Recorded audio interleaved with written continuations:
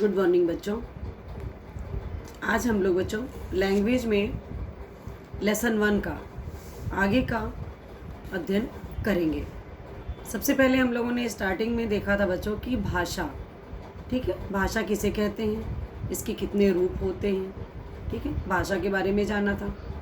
उसके पश्चात कल हम लोगों ने इसके आगे देखा था कि भारतीय भाषाएं और हिंदी, तो जिसमें हमने आप लोगों को बताया कि बच्चों 22 भाषाओं को हमारे भारतीय संविधान में मान्यता मिली है, ठीक है।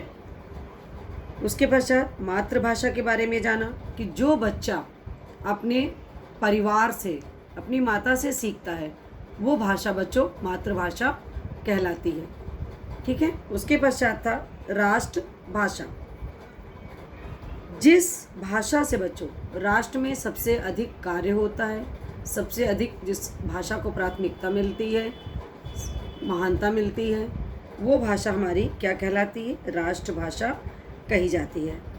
अर्थात सबसे अधिक देश में बोली जाने वाली भाषा ही हमारी राष्ट्रभाषा है। हमारी राष्ट्रभाषा कौन सी है बच्चों, हिंदी, ठीक है। उसके पश्चात हम लोगों ने देखा कि जो भाषा सरकारी कामकाज में प्रयोग में की जाती है वो क्या कहलाती है बच्चों, राजभाषा। आपको बताया है कि 14 सितंबर 1949 को भारत की राजभाषा के रूप में बच्चों हिंदी को स्वीकार किया गया था। हिंदी भाषा की यह प्रमुख विशेषता यह है कि बच्चों उसके पढ़ने, बोलने और लिखने के रूप में अधिक अंतर नहीं होता, ठीक है। और आज अन्य देशों में भी, विदेशों में भी हिंदी भाषा का प्रचार और प्रसार बहुत तेजी से बढ़ रहा है। फिर आपने देखा कि मानक भाषा, भाषा में बच्चों एक रूपता लाने के लिए विद्वानों ने जिस भाषा को मान्यता दी है उसे मानक भाषा कहते हैं। अब हम लोगों ने भाषा के बारे में सारी जानकारी प्राप्त कर ली है। अब हम लोग जानेंगे कि बोली किसे कहते हैं, ठीक है बच्चों। पेज नंबर 7 पर देखिए बोली। बच्चों बोली जो है ये भाषा का ही प्रारंभिक रूप होता है। ये एक बहुत ही सीमित क्षेत्र में बच्चों बोली जाती है, अर्थात भाषा के क्षेत्रीय रूप को ही बच्चों बोली कहते हैं। जब बच्चों एक ही भाषा अलग अलग क्षेत्रों में अलग अलग तरह से बोली जाती है तो वो क्या कहलाती है, बोली। जैसे ब्रिज, अवधी, पहाड़ी, हरियाणवी, राजस्थानी, भोजपुरी आदि हिंदी की ही बोलियां हैं। ये अलग अलग क्षेत्रों में बच्चों बोली जाती हैं, इसलिए ये वहाँ की क्या कहलाती हैं, बोलियां। बोलियों में बच्चों लोकगीत तथा लोक कथाओं की रचना होती है। बोली में बच्चों साहित्य की रचना प्रायः नहीं होती है। अवधी, ब्रिज, खड़ी बोली आदि बोलियों में साहित्य की रचना हुई है। आपने देखा है सूर, तुलसी, कबीर, इन सब ने बच्चों जितने भी जो साहित्य लिखे हैं, है ना, वो अवधी, ब्रिज और खड़ी बोली के सामंजस्य से ही लिखे गए हैं।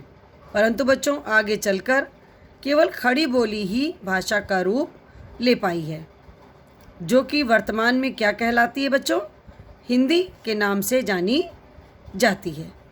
तो ये तो था बच्चों बोली। बोली बच्चों एक सीमित क्षेत्र में बोली जाती है, अर्थात भाषा के क्षेत्रीय रूप को ही बच्चों बोली कहते हैं।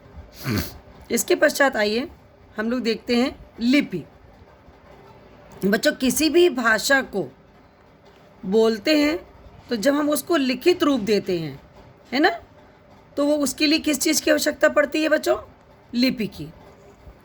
तो मौखिक भाषा में बच्चों कुछ ध्वनियों का उच्चारण करते हैं, मुख से उच्चरित इन ध्वनियों को जब हम लिखित रूप देते हैं बच्चों तो उसके लिए क्या करते हैं, कुछ निश्चित चिन्हों का प्रयोग करते हैं। वो निश्चित चिन्ह ही बच्चों लिपि कहलाते हैं। भाषा के लिखित रूप में जिस ध्वनि चिन्हों का बच्चों प्रयोग किया जाता है उन्हें लिपि कहते हैं। देखिए प्रत्येक भाषा की अपनी अलग अलग लिपि होती है। आपके पास देखिए सामने कॉलम बना हुआ है, एक साइड में भाषा लिखी है, उसके सामने लिपि। जैसे हिंदी भाषा की लिपि कौन सी है बच्चों? देवनागरी।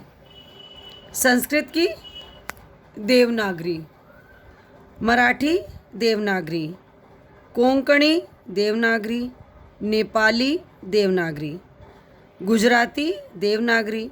उर्दू जो है बच्चों ये फ़ारसी लिपि में लिखी जाती है। उड़िया ओड़िया में लिखी जाती है। बंगाली बांग्ला में, पंजाबी गुरमुखी में, अंग्रेजी रोमन में, जर्मन रोमन, फ्रेंच रोमन। तो ये तो हो गई बच्चों भाषाएं और उनकी लिपियां। ठीक है बच्चों, अब आपको हम बता दें, कल हमने आपको 2 क्वेश्चन कराए थे कि भाषा किसे कहते हैं और उसके कितने रूप होते हैं। और दूसरा क्वेश्चन हमने आपको कराया था बच्चों कि मातृभाषा किसे कहते हैं।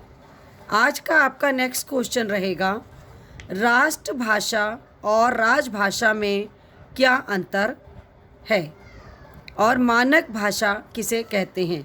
अभी हम लोगों ने जितना पढ़ा है उसके अंतर्गत ही आपको ये मिल जाएगा राष्ट्रभाषा और राजभाषा।